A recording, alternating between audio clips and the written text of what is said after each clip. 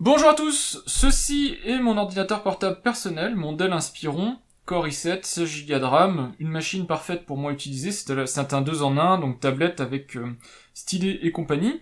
Cette machine-ci, malheureusement, ne démarre plus. Vous voyez que si j'appuie sur le bouton Power, il ne se passe plus rien.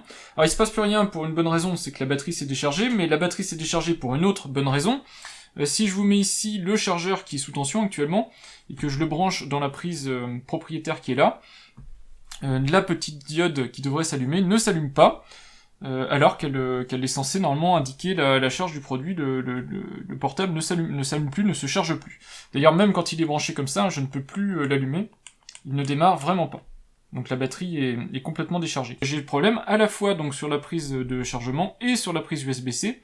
Rien ne charge. Et donc, on va faire comme pour mon petit produit ici, You. Alors, je sais pas si la vidéo sortira avant ou après. Pour le moment, je ne sais pas, ça va dépendre de la vitesse des SAV respectives. Mais je vais vous faire aussi un test du SAV Philips. Donc, comment ça se passe un SAV Philips, combien de temps ça prend, et qu'est-ce qu'on reçoit en retour d'un SAV. Donc ça, ce sera pour le côté Philips. Ben, je vais vous faire la même chose pour le côté Dell. Donc, Dell, j'ai une grosse appréhension pour le SAV Dell, pas pour les contacter. En général, ils sont extrêmement rapides à diagnostiquer un problème et à prendre en charge un problème. Mais pour tout le reste, qu'est-ce que je vais récupérer? Est-ce que je vais récupérer ma machine réparée? Est-ce que je vais en récupérer une autre? Est-ce que la machine que je vais récupérer, que ce soit la mienne ou une autre, elle va être en bon état? Parce que je sais que chez Dell, ce sont des sagouins. Moi, je fais très attention à mon matériel. Vous voyez qu'ici, l'écran est comme neuf. Il n'y a aucune rayure, aucune trace. Bon, il est peut-être un petit peu sale parce que c'est quand même un écran tactile. Mais j'en prends le plus grand soin. Le portable en lui-même, même s'il est un petit peu sale, il n'a strictement aucune rayure. Je prends le plus grand soin possible de mon matériel, et je suis pas sûr que les gens qui travaillent chez Dell, quand ils réparent ou quand ils échangent le matériel, aient les mêmes attentes qu'un client comme moi, qui souhaite avoir du matériel quand même en bon état, que ce soit à l'intérieur en termes d'électronique, mais aussi esthétiquement que le produit soit en bon état. Donc on va voir, je me fais peut-être du souci pour rien, peut-être que ça va très bien se passer. Le portable a actuellement quelque chose comme 7 mois ou 8 mois, je vous remettrai de toute façon toutes les infos au fur et à mesure de la vidéo. Moi je trouve que c'est franchement rapide pour une machine de ce prix-là, et normalement de cette qualité-là, puisque c'est quand même du Dell à la base, pour tomber en panne aussi rapidement. Voilà, c'est très mauvais signe pour la durée de vie de ce portable. Voilà, je vais franchir les différentes étapes, et puis je vais vous montrer aussi par où je passe, donc pour réaliser le SAV de cette machine Dell. J'ai contacté Dell au numéro qui est ici, ça a été beaucoup plus long que prévu, ça a pris environ une grosse demi-heure, un peu plus d'une demi-heure. Je suis tombé sur un technicien français, entre guillemets, en tout cas qui parlait très bien français, c'est ce que je veux dire par français, parce que souvent quand on contacte des SAV un peu techniques, on tombe sur des gens qui parlent plus ou moins bien français, et c'est parfois, quand on doit épeler son nom ou un numéro de téléphone, c'est parfois très long et fastidieux pour se faire comprendre. Ici, ça n'a pas été le cas, donc c'est déjà à préciser, c'est intéressant de tomber sur quelqu'un qui parle la même langue que vous, avec la même aisance, et avec lequel vous pouvez échanger. Entre-temps, moi, ce que j'ai fait de mon côté, c'est que j'ai ouvert mon ordinateur pour deux raisons. Je voulais vérifier déjà si je trouvais la cause de la panne, pour éviter de faire un SAV pour rien, et puis me retrouver avec un ordinateur dégradé, que ce soit en remplacement d'un bout du PC, de la totalité de la carte mère du PC, ou même un remplacement de PC en standard, donc éviter de me retrouver avec du matériel de seconde main, garder ma machine en fait. Et donc, normalement, pour relancer la machine quand on est dans cette situation-là, il y a deux choses à faire, c'est débrancher la batterie. Alors je fais attention à où je touche pour pas faire de bêtises, mais vous débranchez la batterie qui est ici, vous débranchez, alors sur ce modèle-là, vous débranchez la pile du BIOS, on voit la pile du BIOS qui est là, vous la débranchez, elle est reliée ici, on voit le petit connecteur qui est ici sous mon doigt. Je vais vous montrer en gros plan. Hop, ici, le connecteur de l'alimentation. Ici, le connecteur d'alimentation de la pile du BIOS. Donc vous laissez ça débrancher 30 secondes, puis vous appuyez pendant 30 secondes sur votre interrupteur d'allumage, ce qui va normalement vider complètement le circuit du BIOS, donc éviter qu'il y ait une quelconque mémoire. Ensuite, vous rebranchez la petite pile ici, donc le petit connecteur qui est là. Vous essayez d'allumer votre machine en mettant l'adaptateur secteur. Peut-être elle repart, peut-être elle repart pas, mais c'est pas très grave si elle repart pas à ce moment-là. Normalement, vous devrez en tout cas revoir le voyant s'allumer. et vous rebranchez ensuite la batterie. Et normalement le PC repart et tout est réparé. Donc au final moi j'ai pas réussi, c'est dommage, mais malgré mes 4 ou 5 tentatives, j'ai pas pu faire repartir la machine, donc je crois que c'est fichu, donc j'ai lancé le SAV Dell. Je voulais aussi débrancher mon M2 pour derrière faire une copie, mais mon adaptateur ne fonctionne pas, et puis de toute façon tout est chiffré dedans, donc faut que je récupère la passphrase depuis Windows et tout ça, puis je me suis dit au final, bon, j'ai une licence Office dedans, bon, au pire, tant pis, si je la récupère pas, il y aura que ça que je récupérerai pas, et puis j'en ai profité pour faire une inspection visuelle, et j'ai rien vu de bien grave. Alors, moi, entre-temps, je vais remonter la machine, donc j'ai que 5 vis à remettre, ça va aller vite. Je vais faire aussi des vidéos, alors je vous les diffuserai pas forcément, mais je vais faire des photos et des vidéos en gros plan de toute la machine, esthétiquement, pour montrer que elle a pas de défaut esthétique, de manière à ce que si jamais je me fais arnaquer avec une machine qui arrive cabossée, griffée, endommagée et tout ça, j'ai une solution de repli pour dire excusez-moi, mais là c'est pas ma machine que vous m'avez renvoyée, donc je n'en veux pas, vous vous débrouillez, mais je veux autre chose.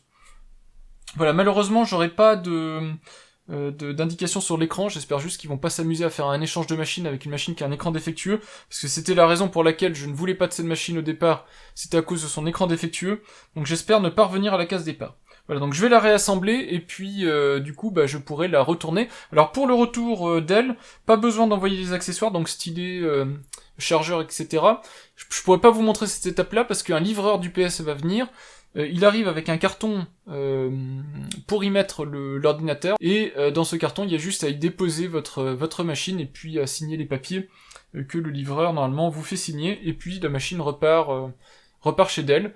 On m'a annoncé, contrairement à ce que je pensais, alors déjà j'ai l'habitude du SAV haut de gamme Dell sur site et compagnie, et là c'est pas du tout ça, c'est un SAV de base, c'est-à-dire retour atelier. Normalement retour atelier il y en a pour 6 jours en tout. Là, la personne m'a dit comptez 2 à 3 semaines, hein, quelque chose comme ça, et encore si vous l'avez dans 3 semaines, soyez content. J'ai halluciné quand je vois le prix de ces machines-là, celle-ci elle coûte 1000 €, hein. Je me suis dit, il se foule pas, franchement, chez Dell, on peut pas dire alors je sais qu'il y a la période aussi qui n'aide pas trop, c'est à la fois un peu la période de Noël et la période Covid, mais quand même, j'espère qu'il m'a juste donné ces délais-là pour que j'ai une bonne surprise, parce que sinon je suis un peu inquiet. L'autre chose qui m'a aussi terriblement surpris, alors du coup je regrette de ne pas avoir enregistré la conversation, il m'a demandé d'écrire sur un petit bout de papier mon mot de passe Microsoft. Il m'a dit oui, si vous voulez que les gars du labo puissent démarrer votre machine, vérifier qu'elle va bien, mettez un mot de passe Microsoft, sinon ils vous formateront la machine pour pouvoir la tester. Alors j'ai pas compris le lien entre l'alimentation qui marche pas et on vous formate la machine, je vois pas bien le lien. Au pire, s'ils ont besoin de faire quelque chose, hein, ils font ce que j'ai fait, c'est-à-dire qu'ils auront la machine qui est ouverte, ils enlèvent le M2, ils mettent un autre M2 de test, ils la démarrent pour vérifier si ça marche pas, avec leur licence à eux, et quand c'est fini, ils me remettent mon M2, et on n'en parle plus. Voilà, donc j'ai pas du tout compris cette histoire de mot de passe Microsoft, mais s'il y a des gens qui leur envoient des mots de passe Microsoft, j'ose même pas imaginer, j'espère que là-bas ils sont ultra sérieux, parce que un mot de passe Microsoft ça peut être assez grave, hein. Vous avez accès à toutes les données du compte Microsoft, qui peuvent être très personnelles, puisque c'est aussi OneDrive et compagnie. Donc c'est parti pour le suivi, j'ai créé ma demande le 14 décembre, on est aujourd'hui le 15, demain une personne de chez UPS doit se présenter à mon domicile, normalement avec tout ce qu'il faut en termes de carton, etc. pour que je puisse y déposer mon ordinateur portable. Alors malheureusement, mon Inspiron 7391 est une machine bas de gamme pour Dell, malgré le fait qu'elle coûte elle coûte quasiment 1500 €, hein, son prix catalogue. C'est considéré comme du bas de gamme, donc c'est un enlèvement et retour atelier. C'est-à-dire que je vais être privé de ma machine quasiment 3 semaines. Sinon, alors le truc qui m'inquiète, c'est que le résumé de la demande, il n'y a aucune information disponible, donc j'espère que la personne a bien pris note de ce qu'il y avait comme problème.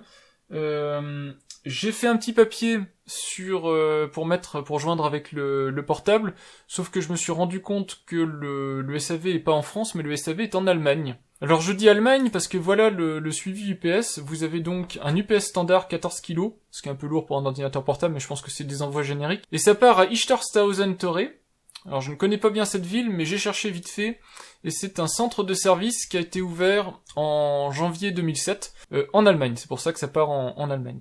Voilà, donc j'ai rien préparé de précis, j'ai juste mis de côté un peu de papier bulle, parce que je me dis si jamais le gars du PS a pas un colis spécifique d'elle, je sais pas trop dans quel état va arriver mon ordinateur portable.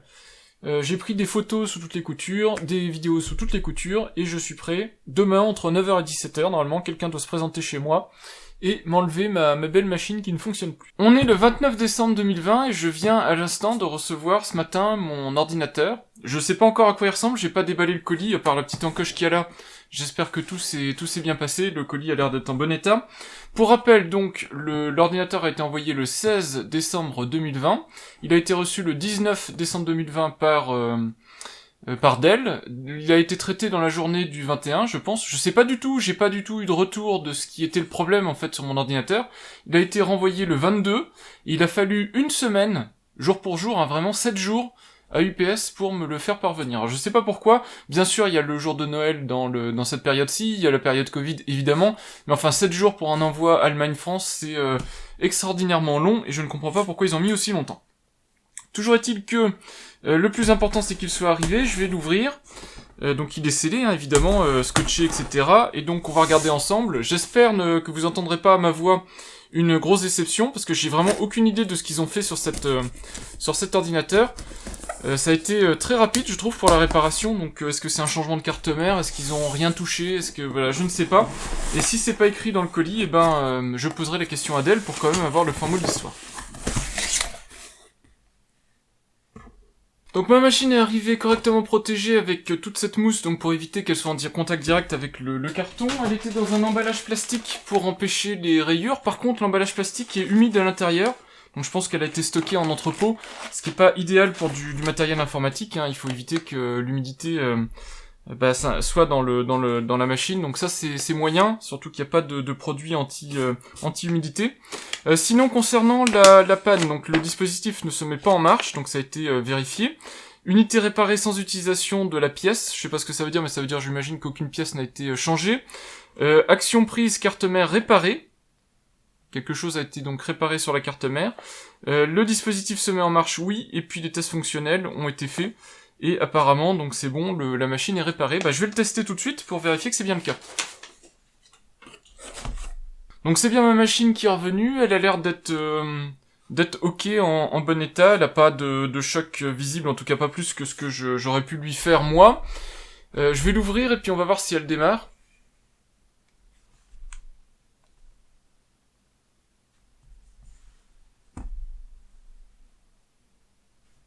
Donc en tout cas, je vois le rétroéclairage du clavier, donc c'est plutôt bon signe. Et elle s'allume, donc c'est plutôt pas mal. Maintenant, le point qui est super important, c'est pas qu'elle s'allume, parce qu'ils ont pu me la recharger. Ce que je veux voir, c'est est-ce qu'elle recharge. Et ça, c'est super important, c'est-à-dire est-ce que, ici, quand je vais y brancher un chargeur, est-ce que ça marche? Donc, pour le premier test, on utilise le chargeur officiel d'elle. On voit ici par la petite LED verte qui est sous tension, je le branche là. Et la machine a l'air de se mettre en charge. Ici, on le voit là. Ce qui est plutôt bon signe. On va vérifier sur l'écran que c'est le cas aussi. Donc on voit ici qu'elle est en charge, alors je vais juste... Donc c'est parfait, la machine n'a pas été formatée, on voit ici qu'elle a toujours mon disque dur et tout ça, puisqu'il m'avait dit que potentiellement ils allaient me la formater, bon ça a pas l'air d'être le cas, et tant mieux.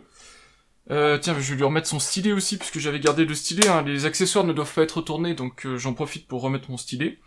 Et on voit que la machine est fonctionnelle, donc c'est bien ma machine, elle est chargée, et elle est en recharge. On voit ici 98% branchée, alors vous verrez à peine vous sur la caméra, mais elle est bien en charge. Je vais vérifier quand même que l'USB-C fonctionne, puisque j'utilise beaucoup l'USB-C, donc je vais vérifier qu'elle charge aussi en USB-C. Donc on va utiliser pour ça mon chargeur Anker USB-C de 60 watts, je vais la mettre ici en USB-C, et puis j'espère que ça va bien se mettre en charge.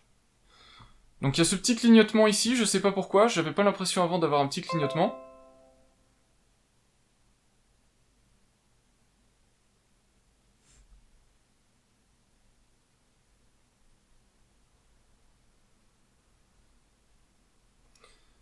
Donc ça clignote, je sais pas pourquoi, mais au bout d'un certain temps ça se met en charge.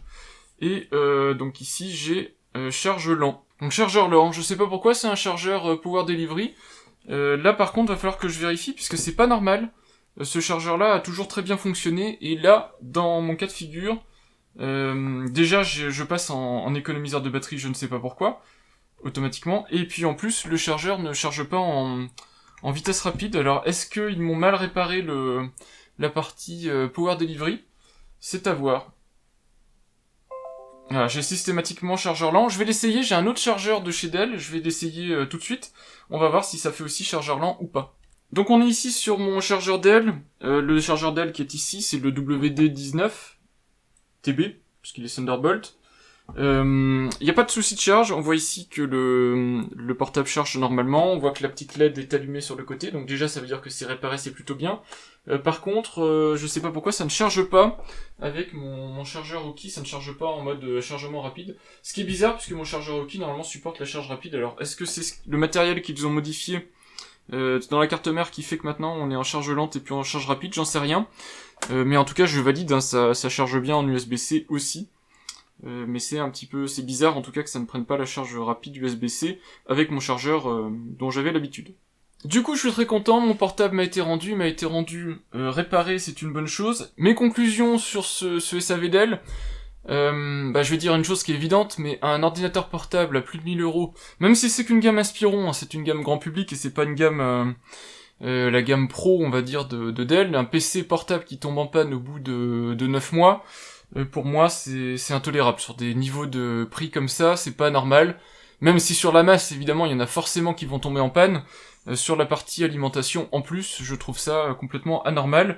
Et pour moi, c'est de très mauvais augure pour la suite de la vie de cet ordinateur portable, parce que si un ordinateur portable... Alors évidemment, normalement, la plupart des pannes des machines électroniques, c'est dans les 24 premiers mois en général, c'est pour ça qu'on vous fait payer des extensions de garantie, hein, c'est parce qu'en général, ça coûte pas cher aux personnes qui vous les font prendre, puisque de toute façon, normalement, la machine ne tombera pas en panne. Si elle n'est pas tombée en panne dans les 24 premiers mois, statistiquement, elle tombera pas en panne ensuite. La réparation, donc j'ai des informations sur la réparation, donc c'est déjà pas mal de savoir exactement ce qui a été fait. Mais je sais juste que la carte mère a été réparée, je sais pas exactement ce qui a été réparé sur la carte mère. Ça veut dire que j'ai donc une machine qui est plus tout à fait d'origine, je sais pas ce qui a été bricolé, j'espère que le bricolage est de qualité. Parce qu'évidemment, c'est une réparation, il va falloir qu'elle dure dans le temps, hein. Pas seulement la garantie de la réparation, mais moi j'ai pas, par exemple, dans 5 ans, j'aimerais bien que cette machine tourne toujours. Et donc j'espère que cette réparation est pérenne. Ce que je peux dire aussi, c'est que je suis dans la période des 1 an de garantie, donc c'était plutôt facile, même si je suis dans le bas de gamme, on va dire, de Dell, c'est-à-dire avec retour atelier, etc., et pas prise de contact sur site avec un technicien qui vient et tout ça. Ça s'est quand même relativement bien passé. Maintenant l'année prochaine, donc dans 2 mois, 3 mois, je sais plus exactement quand finit ma première année de garantie, ça va être plus compliqué parce que si c'est pas Dell qui prend en charge le SAV et que j'ai à nouveau un souci avec cette machine, ça va être compliqué puisqu'il faudra que je passe par le magasin qui me l'a vendu pour qu'il l'envoie à Dell, etc. Ça sera quand même beaucoup plus compliqué à prendre en charge. Je vous explique ça rapidement. Moi, j'ai acheté mon ordinateur portable chez Boulanger parce que il se trouvait qu'il y avait vraiment un super prix chez Boulanger. La machine était beaucoup plus chère quand on l'achetait chez Dell. Et donc, du coup, le revendeur se trouve être Boulanger, le fabricant se trouve être Dell. Dell est aussi revendeur de machines Dell, évidemment, je dirais. Dans le cas où vous passez directement par Dell pour acheter une machine Dell, il n'y a pas ces problématiques-là à prendre en compte. Mais quand vous ne passez pas intégralement par Dell et que vous l'achetez chez un revendeur tiers, les garanties Dell sont différentes et sont vraiment pénibles. Et ça, faut le savoir, moi j'étais pas au courant. C'est la première fois que j'achète une machine Dell en dehors de chez Dell et c'est vraiment pas du tout la même histoire. Donc ici, vous voyez une partie des produits Dell que je possède ou que j'ai acheté. On voit dans la dernière ligne en bas l'Inspiron. Et cet Inspiron a une garantie déjà de base, donc garantie de base parce que c'est un produit très grand public, voilà, vraiment basique la garantie. J'ai pas des garanties sur site et compagnie. Donc ça déjà c'était la première surprise, je savais pas que Dell avait des garanties, des différents niveaux de garantie en fonction du type de produit. Et la garantie de base retour atelier, c'est vraiment pas le même niveau, je peux vous dire, qu'une garantie Dell, j'allais dire standard, mais en fait visiblement elle n'a rien de standard. Et cette garantie elle expire au 1er mars 2021. C'est normal, je dirais, c'est quasiment 1 an après l'achat de mon ordinateur. Ça veut dire qu'après cette date-là, Dell ne s'occupe plus de cette machine-là. S'il y a la moindre panne, c'est à moi de me débrouiller avec mon revendeur. Dell n'est plus partie prenante dans l'histoire. C'est pour ça que ici j'ai un gros warning qui s'affiche, qui me dit attention, votre garantie expire dans les 31-90 jours. Au 1er mars 2021, on s'occupera plus de cette garantie. Évidemment, donc, Boulanger étant le revendeur, Boulanger va continuer de s'occuper de la machine, mais par contre, vous doutez bien, donc si j'ai à nouveau une panne avec ma machine Dell, il va falloir cette machine que je la renvoie à Boulanger la renverra probablement à Dell ou à un autre réparateur, qui est peut-être pas Dell, un réparateur tiers que je ne connais pas, qui n'est peut-être pas, qui a peut-être pas le même niveau de qualification que Dell pour réparer la machine, et ma machine me reviendra encore dans un état probablement pire que si elle allait directement chez Dell. C'est pour ça que vous voyez, je suis très embêté par ce statut-là, parce que ne pas l'avoir acheté chez Dell, ça implique aussi des niveaux de garantie qui ne sont pas les mêmes que quand on les achète directement chez Dell. Alors évidemment, vous pouvez prendre une extension de garantie chez Dell. Quand on parle d'extension de garantie, c'est que vous prenez une extension de garantie même pour la première période. C'est-à-dire que pour avoir une extension de garantie ne serait-ce que d'1 an, pour avoir 2 ans garantie par Dell, vous avez un devis qui vous est fait, qui n'est pas... Alors j'ai pas fait le devis, mais c'est pas anecdotique, hein, je pense en termes de prix, juste pour avoir la garantie de 2 ans chez Dell, juste pour être tranquille, serein, et avoir les mêmes niveaux de prestations que ce que j'ai eu là actuellement, donc rien d'extraordinaire. Voilà, c'est quelque chose à savoir, et c'est vraiment pas reluisant, je trouve, que Dell ne garantisse pas pendant 2 ans les produits de la même manière, en fait, que vous passiez par Dell ou que vous passiez par un revendeur. Je pense qu'il y a d'autres fabricants qui font autrement, et c'est dommage que Dell, du coup, incite à acheter chez Dell, en utilisant ce genre de pratiques, d'ailleurs qui sont pas claires, hein, quand vous achetez chez Boulanger. De toute façon, vous avez une garantie quoi qu'il arrive, hein, mais on vous dit pas clairement en quoi consiste la garantie et qui s'occupera de votre machine. Moi, j'étais persuadé qu'à partir du moment où j'achetais une machine Dell, Boulanger, si j'avais un souci, Boulanger me disait écoutez, demandez directement à Dell, c'est eux qui vont s'en occuper. Et c'est pas le cas, et c'est ça qui me surprend énormément. Maintenant, concernant la réparation en elle-même, mon portable m'est revenu, c'est le mien, il a l'air d'être fonctionnel, il a pas l'air d'avoir eu le moindre accroc, on va dire, au niveau esthétique, donc je suis content, puisque c'était un peu mon inquiétude quelque part. Donc je peux pas dire du mal du SAV Dell, ça s'est bien passé. Il y a le délai UPS qui a été franchement anormal, je trouve, au niveau retour, en tout cas, à mon domicile. Je sais pas ce qui s'est passé, et puis sinon, à part ça, ça a l'air d'être correct. Donc, quoi qu'il arrive, le SAV Dell reste efficace, c'est la conclusion, je dirais, de mon expérience personnelle. Maintenant, évidemment, chaque panne ne se ressemble pas. Si vous avez une panne d'écran, une panne de clavier, moi j'avais une panne d'alimentation, vous pouvez avoir une panne soudaine où il n'y a plus rien qui marche et vous n'avez aucune idée de ce qui s'est passé. Chaque panne ne se ressemble pas et donc vous n'aurez peut-être pas les mêmes conclusions à la fin de cette expérience de SAV. Moi je pense que la panne était assez simpliste, vu la vitesse à laquelle ça a été diagnostiqué, réparé et renvoyé, c'est que ça devait être un truc courant, parce que sinon... si c'est un changement complet de carte mère, etc., ça demande toujours un petit peu plus de temps pour avoir le modèle exact de carte mère, puisque moi en plus j'ai un modèle particulier en i7 16Go, donc c'est pas le modèle le plus vendu dans la gamme Inspiron. Voilà, mais sinon, donc, c'est une expérience parmi d'autres. Je pense qu'il n'y a pas énormément de personnes qui parlent de leur expérience SAV, ça vous permettra d'avoir une petite idée de comment ça se passe chez Dell, du sérieux du SAV. Pour information, je considère quand même que le SAV Dell est parmi ce qui se fait de mieux en termes de SAV, mieux entre guillemets. Vous avez un suivi très précis, vous avez déjà un premier contact qui est tout en français, bien, sans accent, sans rien du tout, donc très facile pour échanger, un suivi précis, un retour aussi sécurisé, et puis surtout tout est pris en charge par Dell, l'enlèvement, etc. Donc du coup pour vous c'est sans souci, vous avez juste à remettre votre système dans la boîte qui est fournie par Dell, et puis tout le reste est pris en charge par Dell. Donc ça c'est pas plus mal. Et du coup, moi, ça me conforte dans le choix de dire que Dell reste une marque assez fiable en termes d'achat. Maintenant, voilà, je le redis, je suis extrêmement déçu d'avoir eu une machine Dell qui tombe en panne au bout de 9 mois, surtout pour une panne comme ça d'alimentation qui fait que tout lâche. Ça aurait pu bien sûr être pire, mais moi j'attends pas de ces machines vendues à ce prix-là de tomber en panne de cette manière-ci. C'est vraiment dommage. Voilà, reste à voir maintenant si sur le long terme cette réparation va tenir. Je vais observer donc ma machine, je vais la mettre en charge, etc., l'utiliser, comme je faisais en fait avant, et puis on verra si elle continue à fonctionner aussi bien. J'espère en tout cas, et j'espère qu'elle me servira pendant de nombreuses années, puisque mine de rien, c'est ma machine qui me sert aussi à faire du contenu pour YouTube, c'est celle où j'ai ma version de Windows Insider, et donc voilà, c'est important qu'elle soit en bon état et fonctionnelle. Voilà, merci d'avoir regardé cette vidéo. N'hésitez pas à partager si vous avez vous aussi des retours sur des SAV, Dell en particulier, si vous avez eu d'autres pannes et que vous avez eu d'autres expériences, bonnes ou mauvaises. N'hésitez pas à les partager en commentaire, je ne filtrerai pas les commentaires. À partir du moment où vous parlez du sujet, évidemment, je ne filtrerai pas les commentaires de manière à pas biaiser en fait les avis que les gens pourraient voir en commentaire. Puis si vous avez d'autres avis sur d'autres marques, d'autres SAV, n'hésitez pas aussi à le partager. Ça peut être sympa, par exemple, de savoir si chez, je sais pas, HP, Lenovo, etc., le SAV, la procédure de SAV et le SAV en lui-même est similaire, mieux ou moins bien. Voilà, bah merci d'avoir regardé cette vidéo, et puis je vous dis à bientôt pour de prochains tests et de prochaines vidéos. Au revoir.